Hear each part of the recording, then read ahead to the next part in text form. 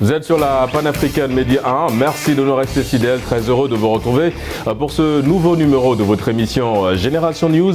L'émission qui donne la parole aux jeunes et qui éveille également la conscience de cette jeunesse qui représente l'avenir de notre magnifique continent, l'Afrique. Vous connaissez le procédé de l'émission, scindé en deux parties. La première partie, justement en parlant de jeunesse, nous allons faire un focus sur cette jeunesse-là. On parlera de la diplomatie africaine. Quel rôle, quel impact de cette jeunesse dans cette diplomatie de bon voisinage ou diplomatie tout court.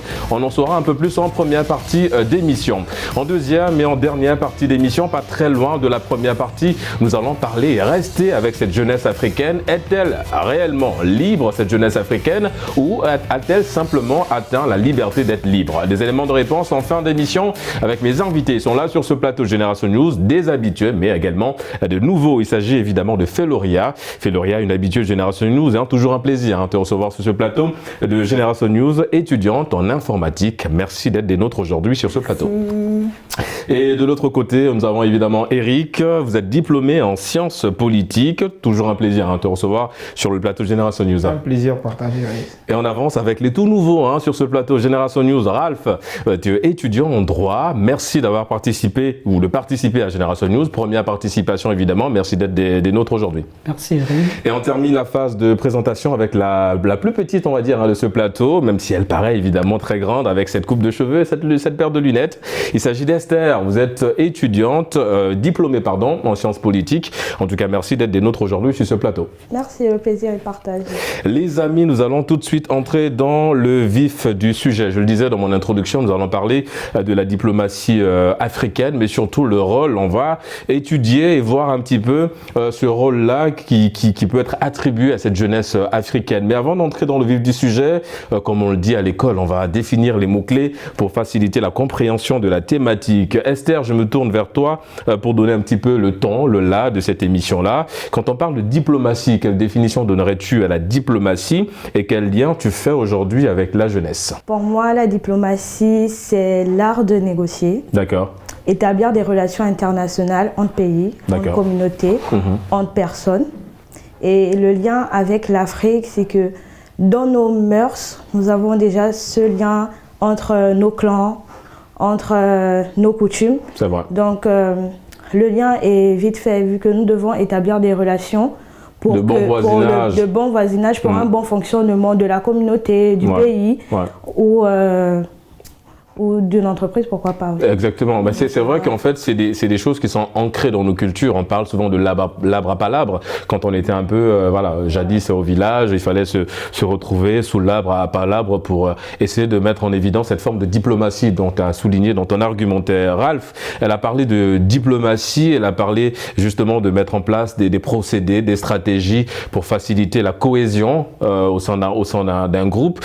Parlons justement de cette cohésion-là, de ces bonnes relations, parce que c'est ce qu'elle a dit aussi, ces relations-là qui existent entre deux États, entre deux pays. Quel pourrait être le rôle justement de cette jeunesse-là dans cette diplomatie, la mise en valeur de cette diplomatie dite africaine?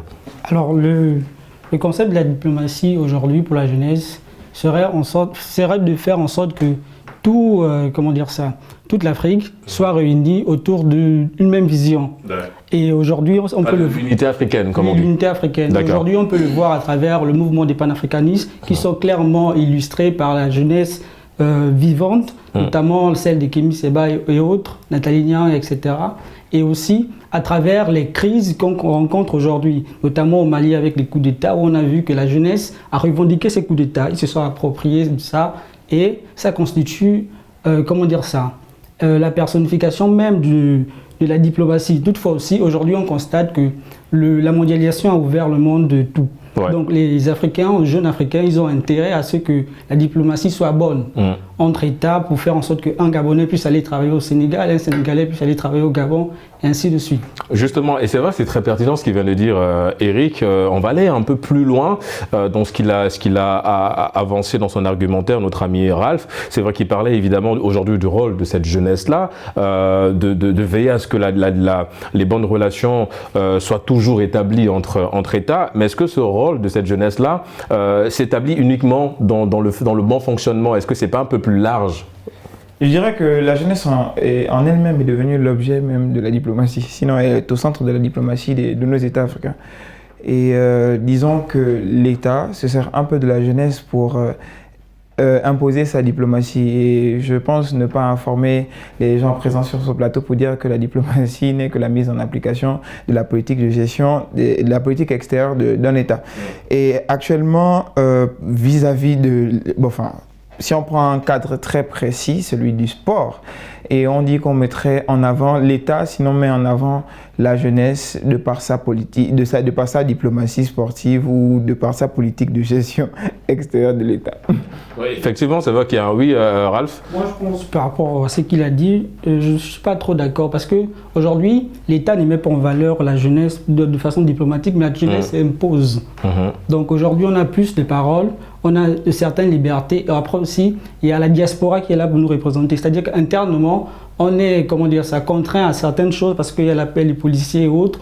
Mais ceux qui sont souvent dans des pays un peu plus démocratiques où on laisse la liberté, eux ils s'expriment et ça fait en sorte que les États puissent se soumettre à la parole des jeunes. C'est-à-dire en fait pointer un regard assez particulier sur les revendications de cette jeunesse-là. Oui. Quand on parle de diplomatie, Féloria, il y a aussi la bonne conduite en fait.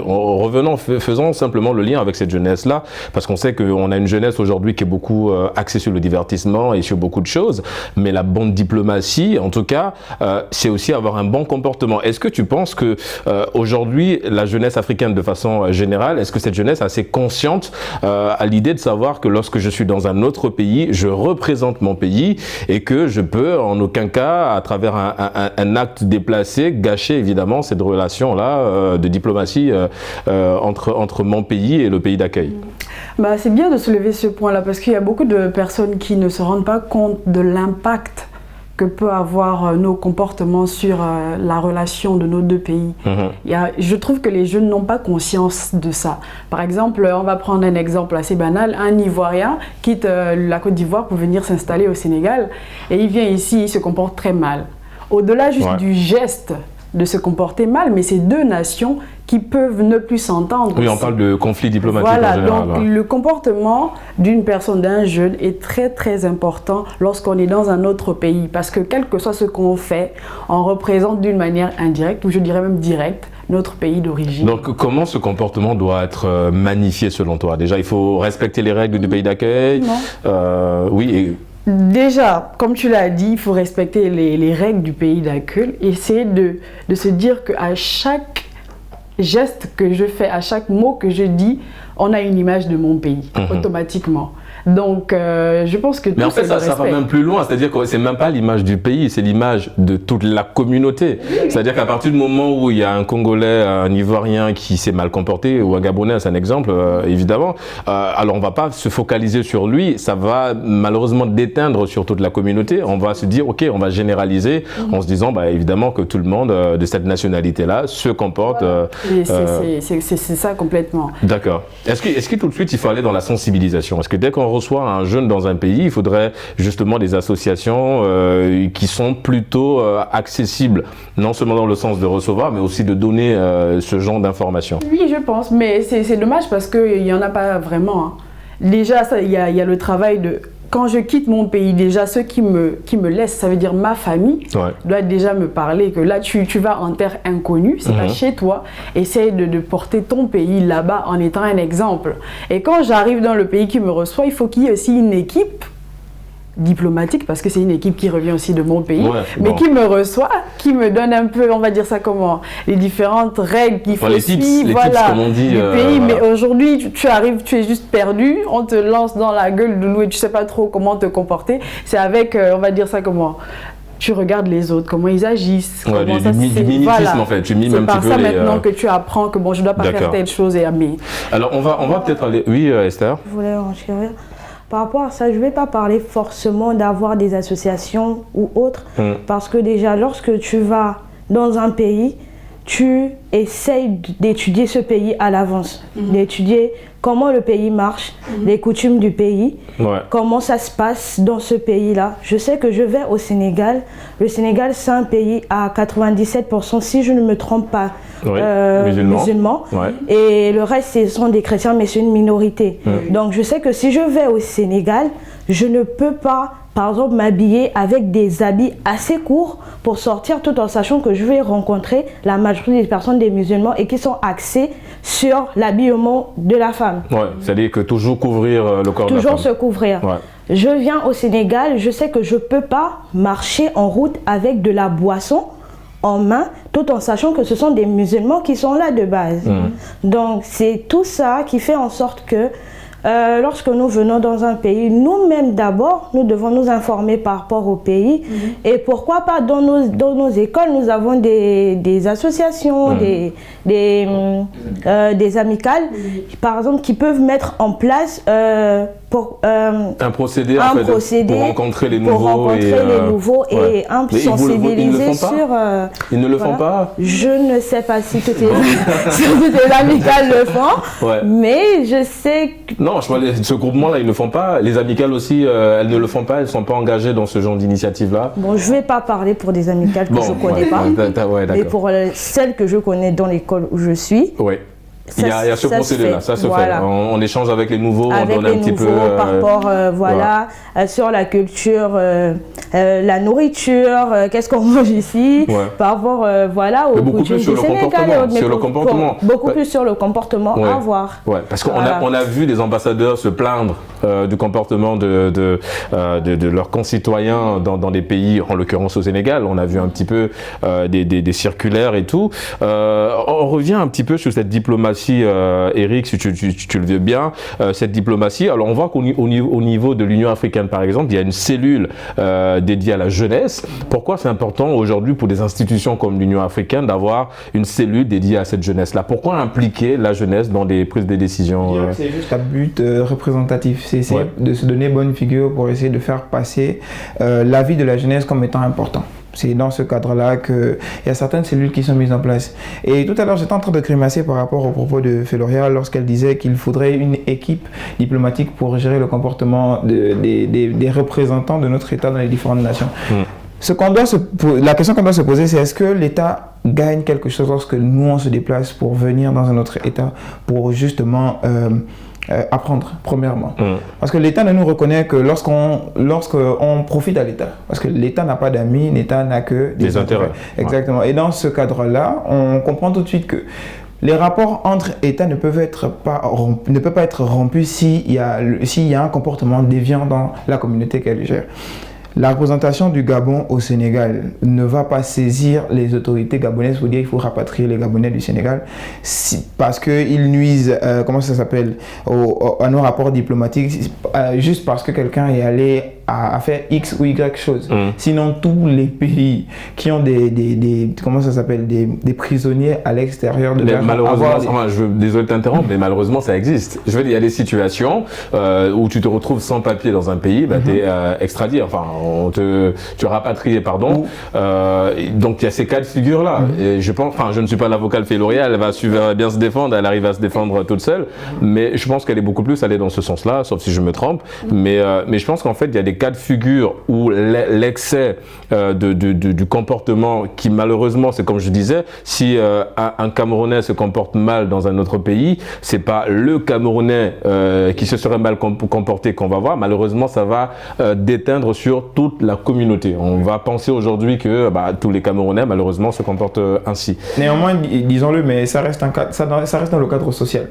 Parce que si on entre dans la diplomatie, on parle de rapport entre États, État à État, et les États ne parlent que d'intérêt. Moi, je te prends un exemple assez simple. Supposons qu'aujourd'hui, toi, jeune Gabonais, tu décides de te mettre sur un réseau social et d'insulter toute une communauté, la religion de cette communauté, où tu vas plus loin. Est-ce que tu es sûr que derrière, ça ne peut pas dépasser le stade du social pour aller sur le stade de la diplomatie? C'est un cas. C'est un très bon cas parce que c'est un cas d'actualité. Il y a une jeune fille qui s'est mise sur TikTok et a commencé à insulter un certain pays. Quand on taira le nom, évidemment. On va taire le nom. Elle a insulté le pays et avec tous les noms d'oiseaux qu'il faut. Et il n'y a pas eu de réaction d'État. Parce que les rapports qu'entretiennent 100 pays et le pays en question sont bons. Dans le sens où les deux pays échangent toujours les marchandises. Les deux pays sont toujours en de bons termes sur la scène internationale. Il n'y a pas d'incidence en fait. Si et seulement si la petite avait un certain poids dans sa communauté ou alors elle représentait une certaine majorité. Et là, l'État voyait ses intérêts menacés. Alors là, il y aurait eu des mesures qui iront dans le sens de sanctionner cette personne-là. Mais vu que c'est une personne insignifiante qui agit dans l'ombre et qui est, on va dire, une personne lambda, c'est un individu commun, ça n'a aucune incidence sur les rapports entre États. Si je suis un État et Ralph en est un autre, peu importe ce que les habitants de notre État pourront dire, si nous on s'entend bien, tout va pour le mieux. Moi j'avais une question par rapport à ce qu'il vient de dire. Je ne fais pas de diplomatie, mais j'aimerais savoir, quand on parle d'État, on parle de qui? On parle de la population qui fait l'État, ou on parle des dirigeants? Oui, parce que l'État c'est moi, c'est toi. Parce que faut qu'on se mette, faut qu'on soit au même niveau. Moi je me mets sur les réseaux et je commence à inciter un certain pays. Je ne sais pas si dans 2 ans j'irai dans ce pays, mais on peut me rendre quelque chose de mauvais. Et là il y a une guerre entre nation. Et si on parle de nation, on parle d'État. Et forcément, dans cette nation, il y a des entrepreneurs qui peuvent dire, bon, moi, je ne vais plus investir là-bas parce qu'il y a des gens, comme on dit, qui ont le petit cœur. Donc, je pense qu'il n'y a pas que les dirigeants. Voilà, il n'y a pas que les dirigeants. Le comportement qu'on a lorsqu'on est dans un pays étranger est très important. C'est pas forcément parce que il n'y a pas de conflit d'intérêt entre les dirigeants de notre État. Il peut y avoir des répercussions. Voilà, il peut y avoir des grosses répercussions après. Personne en a un exemple palpable lors de la CAN. Je vais taire les noms, mais lors de la CAN, on a eu un incident ici qui s'est passé entre deux communautés, deux communautés, donc on ne va pas dire, mais ça a eu une répercussion parce que de l'autre côté aussi, le pays a dit on va aller dans le sens de se venger, vu que vous faites ça à nos frères, on va faire ça à nos justement, frères. Par rapport à cet exemple-là, alors évidemment qu'on va taire les pays, mais par rapport à cet exemple-là, c'est aller plus loin parce que les 2 ambassades ont dû réagir par rapport à ça et même le pays a dû faire toute une émission, c'est passé sur la chaîne nationale, donc ça vraiment au point où l'ambassade était obligée de communiquer, faire une sortie pour dire que tout va bien. Il n'y a pas eu de mort. Voilà. C'est la représentation du pays dans un autre. Oui, parce que ce qu'elle dit, c'est assez intéressant. Je reste avec toi, Esther, parce que ce que Féloria dit, c'est assez intéressant aujourd'hui. On parle de jeunesse, on est dans une génération 2.0, donc on est une génération tête baissée, on est tout le temps sur le téléphone et une génération connectée. Et quand on parle de connexion aujourd'hui, je pense que vous avez vu un petit peu ce qui s'est passé sur les réseaux sociaux. On parle un peu d'une montée de ce qu'on peut qualifier de xénophobie aujourd'hui. Que ça soit aujourd'hui en Afrique centrale beaucoup plus, c'était entre le Cameroun et beaucoup d'autres pays de la sous-région. Comment toi tu as perçu justement cette montée de la xénophobie et qui au passage a été, on va dire, amplifiée par cette jeunesse sur les réseaux sociaux qui ont commencé à avoir des propos assez durs envers une nationalité. Comment toi tu analyses ça aujourd'hui, cette montée un petit peu de la xénophobie portée par des jeunes entre guillemets influenceurs? Comment j'analyse ça? Est-ce que pour toi c'est une bonne chose ou bien ça devient un peu plus dangereux avec les réseaux sociaux? Pour moi ça devient très dangereux avec les réseaux sociaux. D'accord. Parce que on voit que sur les réseaux sociaux on a une facilité c'est vrai. à dire des choses et à diffuser. Et lorsqu'on sait que nous sommes derrière nos téléphones, on se dit qu'on ne peut pas nous attraper ou bien ce qu'on dit, ça, c'est juste pour divertir. Mais sauf qu'il y a d'autres personnes qui ne perçoivent pas ça comme du divertissement, mais comme vraiment de l'attaque. Un message à prendre au sérieux. Voilà. Donc on a eu plusieurs exemples qui nous ont montré ça sur les réseaux sociaux. Donc les réseaux sociaux pour moi, a perdu vraiment son sens de recherche, par exemple, parce qu'on se rend compte que c'est plus pour véhiculer maintenant de la haine, qui favorise de la haine, que autre chose en fait. Bon, ça dépend aussi des personnes qui utilisent, parce que... Eric, est-ce que ça veut dire que la diplomatie africaine est en danger aujourd'hui avec l'avènement des réseaux sociaux? Déjà, on ne prend pas au sérieux la diplomatie africaine. D'accord. Est-ce qu'on peut le dire, le phénomène de la France-Afrique, la diplomatie africaine n'est pas prise au sérieux. Elle n'est même pas considérée. la diplomatie africaine est quasi inexistante, dans un certain sens. Mais sinon, elle est là. Sinon, c'est un terme qui existe et c'est une théorie qu'ils essayent de développer. Moi, je suis curieux de savoir pourquoi tu penses qu'elle n'existe pas, cette diplomatie. Tu te portes plutôt bien au Sénégal, je trouve. C'est un point de vue. Ouais. C'est un point de vue. D'accord. Qu'on respecte au passage. Hein. Ouais, c'est un point de vue. Disons que c'est peut-être parti d'un constat. On va plus dans le... C'est chez moi, j'y vais. Pas parce que je représente mon pays, mais plus parce que je me sens appartenir à l'Afrique. D'accord. Et dans ce sens-là, il n'y a pas de restrictions, il n'y a pas vraiment de règles à mettre en place parce que tu viens ici, on te dit tu es chez toi, tu vas là-bas, oui, c'est chez toi. Et ce sont ces rapports-là qu'on entretient.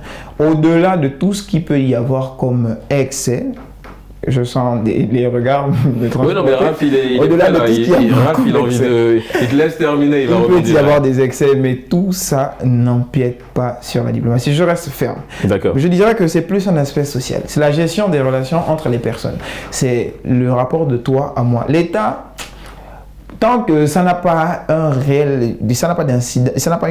grande incidence, l'État ne s'en mêle pas. C'est vrai qu'il y a un monsieur sur TikTok qui a fait une campagne de sensibilisation pour dire à sa communauté de quitter un certain pays, avec des propos vraiment pour dénigrer l'autre pays, pour dire revenez chez vous, là-bas, on vous fait ça, on vous fait ci, alors qu'ils ne sont rien. Mais l'État n'a pas bronché. Hein. Et c'était juste un feu. Non, mais c'était juste une fumée. Moi, désolé de t'interrompre, mais je pense que ce que Feloria a dit, c'est aussi à prendre en compte qui est l'État. Parce que partons du principe que si l'État c'est représenté par les chefs d'État, d'accord, mais on a appris quand on était sur le banc de l'école que l'État, c'est Esther, c'est toi, c'est Ralph, c'est moi, c'est Feloria. Et à partir du moment où ça a un impact sur moi, donc ça a un impact sur l'État. On a vu évidemment l'exemple d'Esther, c'est pour moi l'exemple par excellence. On a vu ce qui s'est passé quand il y a eu malheureusement ce malentendu durant la CAN entre ces deux communautés-là, entre ces deux nations-là. On a vu que les ambassades ont dû réagir. À partir du moment qu'ils réagissent, ça veut dire qu'effectivement, ils veulent éviter qu'il y ait un conflit. J'ai envie de dire que c'est subjectif de dire que l'État, c'est toi et moi. L'État, c'est pas toi et moi. On ne décide rien. Tant que l'on n'a pas une certaine influence, on n'est pas État. On est individu dans un État. Simplement, l'État, c'est juste les décideurs, c'est tous ceux qui sont assis en haut. Du coup, tu es au Sénégal, tu ne représentes pas le Gabon? Actuellement, non, je pense pas. Non, d'accord. Fais Lauria. Avant de laisser Ralph parler, je sais qu'il a beaucoup à dire. Je vais juste aller sur rebondir à ce qu'il a dit. Il a dit qu'il ne ressent pas qu'il y a une diplomatie africaine. Il ne le ressent pas. Selon certaines recherches, on dit que la population africaine, il y a 77% de jeunes. Ça veut dire qu'il y a 77% de personnes qui sont entre 15 et 35 ans. Si ces personnes-là, qui représentent 77%, n'ont pas de place dans la diplomatie africaine, mais c'est normal qu'on a l'impression qu'elle n'existe pas. Parce qu'on dit qu'il y a quand même 77% des personnes qui sont jeunes. Mais si elles ne sont pas incluses dans la diplomatie africaine, on a l'impression alors que la diplomatie n'existe pas parce que c'est juste une certaine tranche d'âge qui s'occupe de ça. Donc il va falloir effectivement créer un chemin pour introduire quand même les personnes qui représentent quand même la plus grande majorité de la population africaine. C'est à l'image de ce que l'Union africaine fait, c'est-à-dire avec une partie qui est réservée à la jeunesse et qui prend part évidemment aux prises de décision, parce que comme j'ai tendance à dire, cette jeunesse africaine qui a tendance à dire également que tout ce qui est fait pour nous, sans nous, c'est fait contre nous, quoi. Voilà. D'accord, Ralph. Alors Ralph, lui, il attend le moment de plus.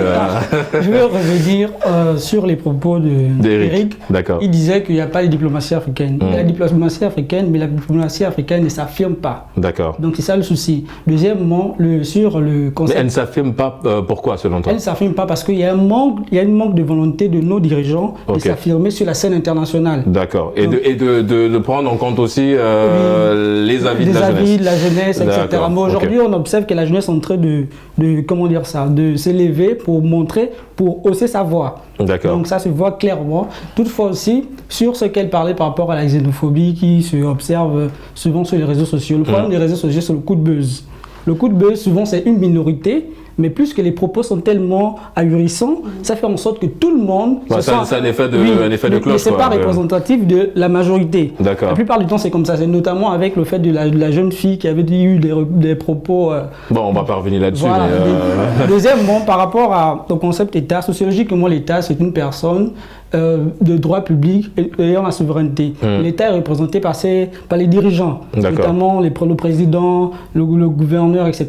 Il peut y avoir là des problèmes diplomatiques quand c'est par rapport à ces représentants-là. Toutefois, il existe des conflits entre les civils qui peuvent porter vers la diplomatie quand ça nuit aux relations ou quand ça donne un sentiment d'insécurité. D'accord. Donc là, il faudrait une certaine influence. Exactement. Comme je disais, la diplomatie africaine n'est que théorie et étude. Elle n'est pas pratique et donc n'existe pas.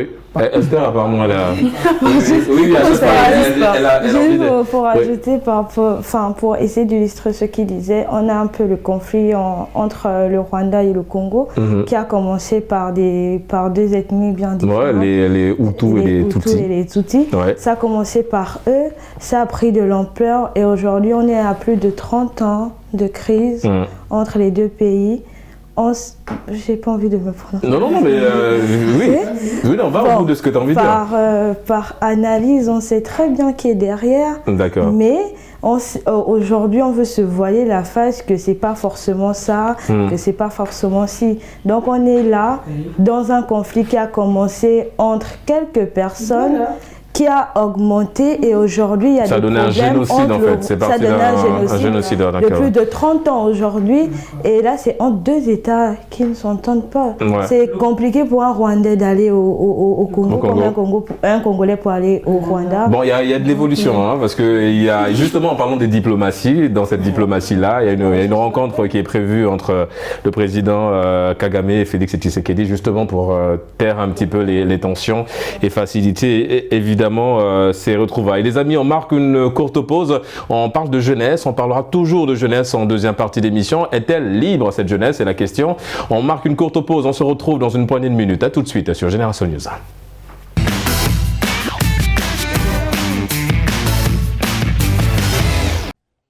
De retour sur le plateau de Génération News pour la deuxième et dernière partie d'émission. Miser sur la jeunesse, c'est miser sur l'évolution de notre pays, mais surtout l'émancipation et l'innovation de notre pays. Fin des citations. Évidemment, cette citation est de l'ancien président sud-africain Nelson Mandela. Mais cette jeunesse est-elle réellement libre ou elle a juste atteint la liberté d'être libre? Ralph, je me tourne vers toi pour cette deuxième et dernière partie d'émission. On parle d'une jeunesse africaine. La question c'est de savoir est-ce qu'elle est vraiment libre? Cette question je te la pose mon cher, est-ce que la jeunesse africaine est libre selon toi? Merci Eric. La jeunesse africaine libre, juridiquement la jeunesse est libre. Le texte prévoit que la jeunesse soit libre, qu'elle puisse s'émouvoir comme elle l'entend. Mais pratiquement c'est autre chose. Parce qu'on observe qu'il y a un problème non seulement étatique mais aussi social par rapport à, comment dire ça, à l'économie. La jeunesse n'est pas libre parce qu'on ne peut pas être libre si on ne peut pas se dire libre si économiquement on n'est pas libre. On sera toujours contraint à certaines choses. D'accord. Donc c'est un peu d'accord. Compliqué. C'est un peu complexe quand on parle de liberté. Eric, évidemment quand on parle de liberté, on est libre de mouvement de va-et-vient comme l'a souligné Ralph. Mais quand on parle de liberté aussi, c'est un peu plus large. On va un peu plus loin. On parle de liberté de création, liberté de parole, liberté d'innovation. Est-ce que cette jeunesse africaine aujourd'hui est vraiment assez libre dans tous ces domaines-là, selon toi? Je dirais que d'abord, c'est un système de pensée. Et notre système de pensée, sinon le système de pensée africain est opprimé. Et sinon, on ne rentre que dans les cases dans lesquelles on veut nous insérer. Et dire que la jeunesse africaine est libre de tout, je dirais non. La jeunesse africaine est libre de la liberté qu'on décide de lui accorder. Tu ne feras que ce que je te dirai de faire. Sinon, tu ne seras libre qu'à la hauteur de ce que je déciderai par rapport à toi-même. Et si on se concentre un peu sur des secteurs un peu par rapport à la créativité et par rapport à certains contenus ou bien l'innovation. Quand on parle de l'innovation, la jeunesse africaine est très opprimée. D'accord. Il n'y a pas de cette liberté de créer, selon toi? Du tout, on n'a pas la place. Premièrement, on ne donne pas la place. On ne cherche pas à l'avoir parce que par peur justement de représailles, on ne cherche pas à l'avoir, on ne nous la donne pas, on ne cherche pas à l'avoir. Donc nous sommes comprimé dans ce système de pensée-là, de dire on ne pourra jamais créer, qui n'existe déjà, on ne peut rien faire sans qu'on nous donne la parole. Donc nous sommes assis dans ce fauteuil-là d'esclaves. Dans une zone de confort en fait, beaucoup plus, dans une zone de confort. Esther, est-ce que pour aller dans les propos d'Éric, est-ce que ça voudrait dire qu'en fait on a une jeunesse qui est un petit peu dans une sorte de prison dorée, c'est-à-dire que les bars sont en or et on se dit tant qu'on a des bars de prison en or, ça va, on a de l'argent, on a assez bien, on se contente de ça, on n'innove pas, on ne propose pas. Qu'est-ce qui peut pousser au-delà d'être dans cette zone de confort-là, la jeunesse à ne pas aller vers l'innovation, à ne pas être libre de pensée, de création? Est-ce que réellement cette jeunesse est enfermée, comme vous le dites? Parce qu'on voit comme qu'il y a des belles choses qui se font sur le continent, représentées par cette jeunesse-là. Est-elle libre ou bien elle a juste un petit peu peur de se lancer dans cette liberté-là, Esther? Pour moi, les jeunes, ils ont peur. D'accord. On va dire. Ils ont peur de se lancer parce qu'on se dit, si je vais proposer mon projet ou bien une innovation, on ne va pas le prendre en compte. D'accord. Et ça crée déjà des barrières. On a des jeunes qui créent, on a des jeunes qui veulent proposer, on a des jeunes qui veulent faire entendre leur voix, mais dans la mentalité, on est limité. On se dit, si je vais pour proposer, il n'y aura pas le résultat. Il n'y aura pas de retour. D'accord, ok. Parce que c'est pour une certaine catégorie de personnes. Et ça nous limite vraiment parce qu'on ne peut pas s'exprimer. On dit on a la liberté d'expression, mais lorsqu'on s'exprime, il y a les représailles derrière. Il y a des représailles derrière. D'accord. Ce qui fait qu'on préfère observer et garder silence. Observer et garder silence, Féloria, l'impact peut être, on va dire, pas très reluisant quand on a une jeunesse, comme je l'ai dit, la jeunesse représente l'avenir de demain. Faut-il aujourd'hui sacrifier cette jeunesse-là sous l'autel de l'insouciance en se disant, on a des jeunes qui réfléchissent, mais ils n'ont pas les canaux, ils n'ont pas les moyens pour essayer justement d'aller vers l'innovation. C'est ce qu'il faut faire aujourd'hui. Inciter les jeunes à beaucoup plus briser cette zone de confort-là, sortir de cette prison dorée, proposer, essayer en tout cas. Oui, je pense que c'est important de... On ne peut pas juste dire que la jeunesse, ils sont flemmards, ils ne veulent pas, mais il faut leur donner l'occasion de prouver ce dont ils ont envie de mettre en avant. Voilà. Donc, si moi je suis jeune, aujourd'hui, moi en tant que jeune, je ne peux pas dire que je suis libre. D'accord. Parce que du moment où j'ai envie de faire certaines choses et qu'on me bloque, déjà la famille, il ne faut pas mettre la famille à côté. On ne peut pas faire ce qu'on veut parce que maman ou papa va te dire non, tu es trop jeune. On a des idées, on a des ambitions, mais à un moment donné, on est buté. Et il est temps qu'on donne de l'opportunité aux jeunes. Il ne faut pas que les gens se fient par rapport à ce qu'ils voient sur les réseaux. Parce qu'on se dit, parce qu'on voit les jeunes qui perdent leur temps, ils ne font pas grand-chose, ils sont là à scroller sur les réseaux, mais il y en a qui réfléchissent. Et cette petite minorité-là, il faut leur donner l'occasion de s'émanciper, de créer, de croire en eux en fait. D'accord. Moi je vais rester dans le... Oui, Éric. Je disais que le problème aussi c'est cette vision-là, parce que les réseaux sociaux sont justement censés être la vitrine. Et on constate que la jeunesse africaine n'est pas consciente de son potentiel premièrement, et consciente justement des enjeux de sa société. Et c'est pas une jeunesse inconsciente qu'on peut confier un avenir. Et nos parents sont conscients de ça. Nos parents sont conscients du fait que nous sommes très très très inconscients et on ne peut pas justement nous confier cet avenir-là qui est un verre hyper délicat. J'ai tendance à dire qu'on ne peut pas confier un verre à un enfant de 3 ans parce qu'il ne sait même pas marcher et tôt ou tard il va se casser la gueule et casser le verre. Mais aussi, est-ce que c'est pas nos parents qui nous ont aussi poussés dans cette insouciance, l'image là qu'on a? Moi je pense que c'est aussi les grands. Parce que moi, si on a grandi, oui, on ne nous donne pas des responsabilités, on nous garde en tant que bébé, à un moment donné, on doit chercher où aller. Et certains vont se réfugier dans les réseaux. Mais si depuis petit, on nous inculque, on nous donne la possibilité de faire des choses, je pense qu'il y a beaucoup de gens qui n'iront pas. Donc il y a une responsabilité parentale engagée. Je pense. D'accord. Mais il faudrait déjà que l'enfant présente un comportement adéquat. Parce qu'un enfant dans une maison qui ne se comporte pas bien, on ne va pas te donner de responsabilité. Tu seras toujours celui à qui on va dire, celui-là, il peut faire quoi? Mais si tu montres déjà des aptitudes, si tu montres déjà des aptitudes, tu as des gestes qui sont très très intéressant. Dans ce sens-là, on dira oui, à toi, on peut confier certaines choses. Et ça va, ça va pour tous les cas, et même dans le milieu professionnel. Si on voit un jeune engagé et on voit un jeune capable de faire, on lui confie les clés de n'importe quoi. D'accord.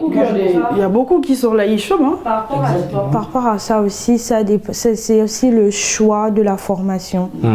Oui, parce que quand on parle de liberté, ça revient là aussi, ça revient aussi à ça. Ouais. Parce qu'on se rend compte que de nos jours, il y a plus de personnes qui font des formations par contrainte des parents, par exemple, ou de la société, que par ce qu'ils veulent réellement faire. En d'autres termes, par obligation. Voilà, par exemple, un jeune, je vais donner un exemple, un jeune qui veut aller dans le secteur de l'informatique, par exemple. Ouais, comme Féloria. Donc voilà, comme toi, qui veut faire informatique. Mais son parent dit que toi, tu vas faire médecine. Moi, la vision que j'ai pour toi, c'est de faire médecine. Ouais. Donc, c'est-à-dire que le jeune, il se dit, ce sont mes parents qui payent l'école. Oui. Donc, si je vais à l'encontre, par exemple, de ce qu'ils disent, peut-être qu'ils ne vont pas me... Parce qu'il y a d'autres parents qui partent à menacer l'enfant que, par exemple, si tu continues dans cette voie-là, tu te débrouilles. Tu te débrouilles. Ouais. Donc, il y a d'autres... Il y a une vraie question d'abord que nos parents ont tendance à nous poser, c'est si tu fais ça, tu vas travailler où? Oui. Dans quel pays? Voici pourquoi je parlais de la société aussi, parce que aujourd'hui, nos parents ont la vision de nous faire des formations par rapport au travail. Genre, dans les pays, par rapport à l'ouverture. Parce que toi, tu fais diplomatie. Je suppose qu'on a dû te poser cette question. Moi, je fais diplomatie, géostratégie. On m'a demandé, tu fais ça pour devenir diplomate? Non. Ouais.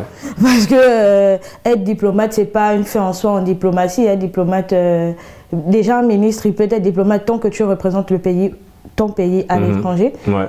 Tu es diplomate. Tu sais, après, pour revenir à ça, je me rappelle de la conversation que j'ai eue avec ma mère lorsque je quittais le pays. Et lorsqu'on signait les papiers de l'école, elle me disait, tu vas faire quoi sur le premier choix? Parce que sur la fiche, il y a 3 choix. Sur le premier choix, c'était droit des affaires. Je savais ce que je voulais faire, mais c'était droit des affaires. Et elle était satisfaite parce qu'elle me disait que si je veux faire sciences politiques, je vais vendre qui? Système de pensée. Ouais. Et après, quand je suis venu au Sénégal, lorsqu'il fallait s'inscrire, on m'a demandé en quoi vous voulez vous inscrire. J'ai glissé sur la science politique. J'ai fait pratiquement 6 mois de cours, je ne savais pas que je faisais sciences politiques. C'est après la découverte, on m'a fait un petit scandale pour dire que oui, tu veux faire quoi, tu vas travailler où, tu vas vendre qui, tu vas rentrer dans quoi. Système de pensée. Le système de pensée s'est imposé à cette Afrique-là, à cette jeune Afrique-là. Le système de pensée, peut-être des parents ou alors peut-être de l'État lui-même, s'est imposé à cette génération-là qui se dit, bon, je suis dans une société où on ne peut pas faire ce qu'on veut parce que c'est pas utile, ça ne sert pas à la société. On ne peut pas faire ce que notre cœur désire parce qu'on va pas gagner de l'argent et on ne pourra pas subvenir aux besoins de nos parents. Parce que en vrai, nous sommes l'investissement de nos parents. Bien sûr, il faut un retour sur investissement. Il faut un retour sur investissement. Et derrière la volonté de nos parents, même s'ils ne nous le disent pas, c'est demain, après-demain, manger le fruit de leur investissement. La logique. Et si aujourd'hui ils nous disent de faire X ou Y, parce qu'ils se disent que, en vrai, c'est là-bas où il y a de l'argent. C'est là-bas où il y a X, c'est là-bas où il y a Y. Les opportunités sont là-bas. C'est pas mauvais. C'est pas mauvais, mais c'est ce système de pensée-là qu'il va falloir changer. C'est ce système de pensée-là qui nous opprime et qu'il va falloir changer si on veut aspirer à une certaine liberté. C'est vrai que quand on parle de liberté, Esther, je viens vers toi, quand on parle de liberté, Ralph, ça va c'est assez large, évidemment, et l'objectif, c'est d'essayer d'explorer cette liberté au sens large du terme quand on parle de la jeunesse. Alors, Esther, pour rester sur l'exemple d'Esther, quand elle parle du choix de la formation, mais revenons un peu dans un cadre professionnel ou dans un cadre purement simple mais pas simpliste, quand on parle évidemment de cette liberté-là. Alors je pense qu'on s'est tous déjà une fois retrouvés dans ce cas de figure. Tu as un stage, de ce stage tu n'es pas à l'aise, ou bien tu as un emploi, tu es en CDD mais tu n'es pas à l'aise. Tu as envie de partir mais tu n'as pas envie d'y aller parce qu'on a l'impression que si tu pars, tu te dis si je pars, est-ce que je vais trouver un autre travail, est-ce que j'aurai une autre opportunité? À ce niveau, on n'est plus libre de partir, même si on ne se sent pas bien, mais on est obligé de rester. Donc est-ce que le monde professionnel aussi vient un petit peu impacter de façon négative ou pas? C'est selon, tu me diras, notre liberté, cette liberté de la jeunesse de pouvoir démissionner quand elle a envie, de pouvoir changer de métier quand elle en a envie. Est-ce que le monde professionnel appuie sur la liberté de la jeunesse? Alors le problème de la liberté, il est plus plus grand. D'accord. C'est l'État d'abord. Okay. Parce que l'État... Ah, mais toi, t'aimes bien l'État, toi. Oui, parce que pour moi... Mais tu sais, mais on nous dit souvent, avant de compter sur l'État, comptons sur nous-mêmes d'abord. D'accord, ok, le problème de la diplomatie, c'est... Le problème de la liberté, c'est l'État. Okay. L'État ne met pas en œuvre des politiques qui permettent de favoriser une liberté. On vous dit l'école est gratuite, mais devant, il y a les livres à payer. Ouais. Est-ce que vous voyez? Donc du coup, on se retrouve avec l'État qui n'a pas une politique adéquate pour nous. Okay. Souvent, nous sommes dans les États où la population est faible. Nous avons des immenses ressources naturelles, mais on n'arrive pas à trouver un dynamisme pour que tout le monde puisse savoir ce qu'il veut. Et ainsi, les parents entrent dans cet ordre parce que les parents, eux, quand ils nous orientent vers une filière, c'est parce qu'ils estiment que là, ils sont sûrs de nous trouver un truc. Oui. Mais ils doivent pour autant mettre en évidence ta liberté. Oui, tu as le choix de choisir. Oui, ils doivent pour autant mettre, comment dire ça, la liberté en évidence, mais ils sont contraints parce que certes, on veut faire ce qu'on veut, mais il faut bien nourrir, il faut bien se nourrir. Parce qu'une fois qu'ils vont partir, ils veulent laisser la charge. Ouais. Ils veulent laisser la charge. Comme moi, je dis, je suis un investissement de mon père et il peut partir à tout moment. D'accord. Je dois être, en tant qu'aîné, capable de subvenir aux besoins de mes petits frères au cas où ils partent. Mais le problème, c'est justement ça. Oui. C'est justement ça. Mettons le doigt sur le fait que l'État ne mette pas en place des mécanismes. Aussi dans des politiques. Parce qu'il a utilisé un mot fort. Il a dit l'État ne met pas en place des politiques pour accompagner justement ces personnes-là. Mais l'État n'accompagne pas les moyens. L'État n'accompagne pas les médiocres. L'État accompagne l'élite. Parce que les bourses, même au Gabon, les bourses ne sont réservées qu'à une certaine classification de personnes. Et donc, si la personne ayant choisi une formation, pour revenir sur ce qu'Esther disait, si une personne est en pleine possession de son choix et a choisi de faire une formation et derrière se plaint que l'État ne l'a pas accompagné, il faudrait dire que tu es libre de nous produire des résultats et de nous apporter du profit en tant qu'État. Tu es un représentant, apporte-nous du profit, on va t'accompagner. Si je n'ai pas un intérêt, si l'État ne trouve pas son intérêt, l'État ne va pas accompagner avec des politiques. Ouais. En d'autres termes, il faudrait que toi t'engages d'abord quelque chose. Ça va plus loin, la sphère familiale aussi. Nos parents nous imposent leur choix que lorsqu'ils se rendent compte qu'on n'est pas capable. Parce que si on se démarque, on va laisser Féloria. Féloria, elle a dit elle n'est pas d'accord. Partage-nous ton désaccord. Je suis vraiment pas d'accord avec ce qu'il dit parce que on parle de mentalité. Je ne vais pas parler de toute l'Afrique, je vais parler du Gabon principalement. On a des métiers bloqués dans nos têtes où on sait que si mon enfant va à l'école, il doit faire ça. Bon, c'est tout, c'est la mentalité africaine, voilà, je te rassure. Voilà, c'est africaine. Ouais. Mais aujourd'hui, il faut qu'on débloque ce niveau-là. Moi, si je veux faire de l'art et que je suis bonne dans l'art, j'aimerais bien que l'Afrique arrive à ce niveau où je viens devant ma mère et je dis « Maman, je suis très bonne en dessin. Je sais que je peux faire un plan, on va dire c'est un business plan. Je sais où je vais à la fin et que mon parent m'accompagne dans ce procédé-là. On n'est pas un peu plus. Tu as dit tout de suite que je viens même de perdre des idées. Il a dit qu'il faudrait qu'on prouve qu'on est bon. Mais aujourd'hui, moi, je te rassure qu'il y a des personnes qui prouvent, mais on n'accompagne pas. Ouais. Bah c'est beaucoup parce plus le métier de carrière. Voilà, parce que le métier que la personne propose, elle peut être très bonne, elle dessine très bien, mais le parent lui dira toujours que ça ne paye pas. Si tu fais un tableau, tu présentes un moment, il va dire... ça ne paye pas, mais j'aimerais bien que les parents essayent d'accompagner, parce qu'on ne sait jamais. Ouais. Peut-être qu'aujourd'hui on a l'impression, mais on ne sait pas, il peut se faire de l'argent. C'est égoïste. C'est assez égoïste. Moi je trouve qu'on n'est pas libre. Tu demandes à quelqu'un qui a durement gagné sa vie avec son argent, tu demandes à cette personne de miser dans rien. Non, mais c'est pas. Il faut aller avec la manière. Moi je suis bonne en dessin. On va s'écouter, les amis. Moi je suis très bonne en dessin. On va dire ça comme ça. Je sais que ma mère, par exemple, a des appréhensions par rapport à l'avenir. Elle ne peut pas faire confiance directement à l'art. Ouais. Qu'est-ce que je fais? C'est la manière. Tu ne peux pas venir imposer à ton parent, mais tu vas dire non, je vais faire ça. Je vais aller à l'université. Je vais faire, par exemple, comme je fais informatique appliquée. Mais en parallèle, laisse-moi. Quand j'ai du temps libre, la possibilité aussi de développer mon art. Il faudrait d'explorer. Il faudrait capable de montrer aux parents. Moi, je te rassure qu'il y a des parents, même ça, qui ne laissent pas le choix à leur enfant. Ça dépend. Pour moi, ça dépend. Parce que lorsque tu as une idée, tu veux faire une formation, c'est à toi, pour moi, c'est à toi de prouver à ton parent que lorsque je choisis cette formation, voici les débouchés de ma formation et à la fin, voici ce que je serai capable de faire. Ouais, mais est-ce que tu dois faire un PowerPoint pour présenter tout ça? Non, pas un PowerPoint, mais du genre, quand on a terminé, quand on a eu le bac, le parent te demande, déjà c'est dès la classe de terminale, pour d'autres parents, il y a même d'autres avant la classe de terminale, on te demande qu'est-ce que tu veux faire. Quand on te demande ce que tu veux faire, pour moi, ce qui est bon à faire, c'est d'aller faire les recherches, par exemple, par rapport aux différents métiers qui s'offrent à toi, les débouchés de la formation que tu as envie de faire.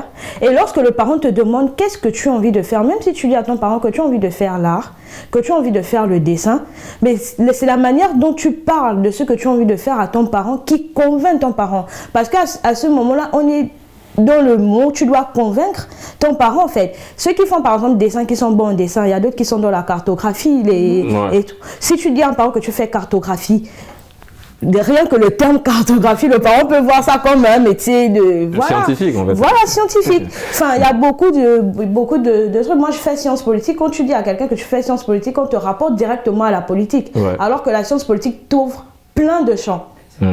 Et ça, il faut expliquer à papa. Et ça, il faut... Et du coup, la question que je te pose, le choix, ça a été libre pour toi ou bien est-ce que tu as été libre de choisir? J'ai dû convaincre ma mère. D'accord. Parce que je vis avec ma maman. D'accord. Elle s'appelle comment, maman? Olive. Maman Olive. Voilà. Ok. Donc merci à maman Olive au passage. J'ai dû convaincre ma maman pour faire sciences politiques. Parce que comme Eric, je suis venue m'inscrire ici. Devant ma mère, j'ai fait un choix. Lorsque je suis venue ici, j'ai choisi sciences politiques et j'ai appelé ma maman pour dire que j'ai fait ce que j'ai envie de faire, sciences politiques, et c'est moi, je vais te prouver que je suis capable de faire et que on ne renvoie pas forcément la politique. Donc en fait, si je comprends bien, il faut tout le temps prouver notre liberté. C'est-à-dire qu'il faut tout le temps démontrer pourquoi... On parle d'accompagnement. En vrai, c'est ça. Il faut prouver pour qu'on t'accompagne. Il faut vraiment que j'y trouve mon intérêt. S'il n'y a pas d'intérêt, on va laisser Raph... Oui, vas-y. Je veux revenir sur les propos d'Éric, où il a dit l'État n'accompagne pas les médiocres ou les moyens. D'accord. Il n'existe pas les personnes médiocres, il n'existe pas les personnes moyennes.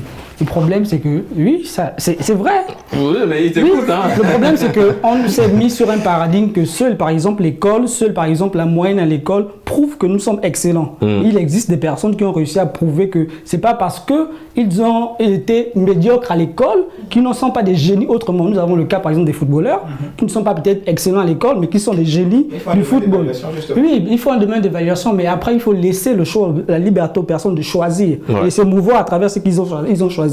Nous avons par exemple le créateur d'Amazon qui est quelqu'un qui a été considéré comme étant un médiocre. Nous avons même un président américain qui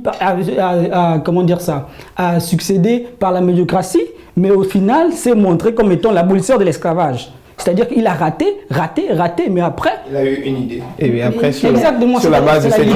On va pas aller dans l'histoire. C'est la liberté qui conduit à la méritocratie. C'est pas le fait d'être évalué à l'école ou d'être évalué... Non. Après, désolé de t'interrompre. Je vais pas dans le sens d'Éric. Il se défend super bien.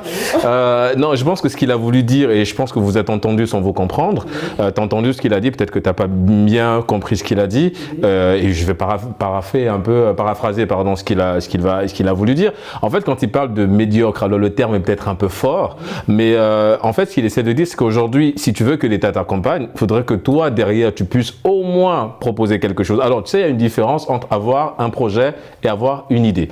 L'idée, c'est dans la tête. À partir du moment où tu extériorises l'idée et que tu commences à le mettre sur un papier, ça devient un projet. Mais très peu de personnes arrivent à ce stade-là, mais ils veulent que l'État accompagne. Mais si l'État doit t'accompagner, montre-nous que tu es capable, avec une stratégie de communication bien faite, avec un plan d'action bien établi. À partir de ce moment, l'État dit « Ok, on accompagne ». Alors, je le dis encore, le thème médiocre est très fort, mais je pense qu'il va beaucoup plus dans le sens de dire tu veux que l'État t'aide, aide-toi toi-même et aide l'État à t'aider en fait, en ayant ce que tu... Tu as cité vraiment un domaine qui ne trompe pas, le foot. Au foot, si tu veux qu'on te pousse vers la réussite, il faudrait vraiment montrer que tu es le meilleur. Ça, c'est simple. En fait, c'est ça. C'est qu'il faudrait être courtisé par les meilleurs pour être le meilleur. Parce que si tu restes dans un niveau passable, voire si tu es professionnel, ça te suffit. Tu restes au niveau que tu as, au fait. Je vais prendre le cas de Kylian Mbappé. Kylian Mbappé, quand il est arrivé au Cameroun, il n'a pas été considéré comme étant un meilleur étant enfant. Mais parce que la France lui a donné la chance, il a pu prouver qu'il est meilleur. Kylian Mbappé fait ses classes à Clairefontaine. Il fait toutes ses classes. Il a voulu jouer pour le Cameroun. Bon, les amis, revenons C'est pour montrer que la thématique quand même. On s'écarte un petit peu. Je vais me servir de ton exemple. D'accord. La méritocratie, c'est ça. Kylian Mbappé a prouvé à Clairefontaine qu'il avait sa place à l'équipe de France. Le problème, c'est que son père a voulu qu'il joue pour sa sélection. Mais il n'a pas prouvé à la sélection camerounaise qu'il avait sa place en équipe. Parce qu'il est juste venu sur le nom de son père. Kylian n'a fait aucun test. Il n'a rien fait. Pratiquement, pour montrer qu'il était capable, si ce n'est montrer des vidéos, mais il y a des échelons à passer. Donc, c'était dans l'intérêt commun de ne pas choisir Kylian, parce qu'il ne montrait aucun signe qu'il allait percer. Ouais, Féloria. Moi, je vous laisse dans vos débats de Kylian Mbappé parce que je ne m'y connais pas. Le foot, c'est pas son... Voilà, mais Eric a parlé de mériter. Moi, je vais prendre un exemple assez connu de tous. On va prendre une certaine agence au Gabon qui donne des bourses pour aller à l'étranger. D'accord. Je vais prendre mon cas. De la 6e en terminale, je me suis, on va dire, coupé le cou pour essayer d'avoir on va dire les meilleures notes possibles. C'est une expression, en fait, tu t'es donné à fond. Voilà, je me suis donné à fond pour être irréprochable au niveau de cette agence-là. Mais laisse-moi te dire que j'ai prouvé. J'ai eu des bonnes notes, mais qu'arrivé au final, je n'avais pas la liberté de dire voilà mes notes, prenez-moi. Ouais. Je ne sais pas si tu vois ce que je veux dire par là. C'est-à-dire que tu avais les meilleures notes. Mais attends, on donne des règles. On donne des règles. On nous dit, on te donne la bourse quand tu as de telle moyenne à telle moyenne. Ouais. J'ai fait tout pour être dans ce quota-là. Mais si j'arrive et que malgré que je suis dans ce quota, on ne m'octroie pas ce qui me revient de droit, je suppose que je ne suis pas libre malgré. Je dis comme toi, j'ai prouvé. Voilà. Donc, je sais pas si tu vois. On prouve, mais au finish, on n'est pas libre. On est bloqué. Après, pour ne parler que de cette agence-là, on va pas faire. Voilà, mais en vrai, je suis aussi passé par ce même processus, mais dire que de la 6e en terminale, j'ai été accompagné. On va pas nier. J'ai eu toutes les bourses qu'il faudrait avec les moyennes que j'avais parce que j'ai prouvé. Je sais pas quel est le problème avec toi, mais moi j'ai prouvé. Et à la fin, lorsqu'il fallait justement être accompagné à l'extérieur, oui, je l'ai été. Avec les moyennes que j'ai eues, j'ai été accompagné pendant 3 ans, tout le cycle de licence, et j'ai été boursier. Moi aussi, j'ai été accompagné. D'accord. Bon, revenons au sujet. Visiblement, on a été accompagné. On l'a accompagné, merci. Mais à la fin, elle a dit qu'elle n'était pas libre. Il y a beaucoup d'injustices. Il y a des personnes qui ne méritent pas forcément, qui ont, et il y a d'autres aussi qui méritent. Ça, c'est un autre débat. Pour clore justement, parce que nous sommes arrivés au terme de cette émission, ça allait très vite, les amis. Esther, tu vas avoir le soin de clore un petit peu cette deuxième partie. Oui, aujourd'hui, la jeunesse n'est pas totalement libre de ce qui ressort de nos échanges, j'ai envie de dire. Mais que faut-il faire aujourd'hui pour pousser cette jeunesse vers la liberté de penser, de créer, d'innover, de proposer?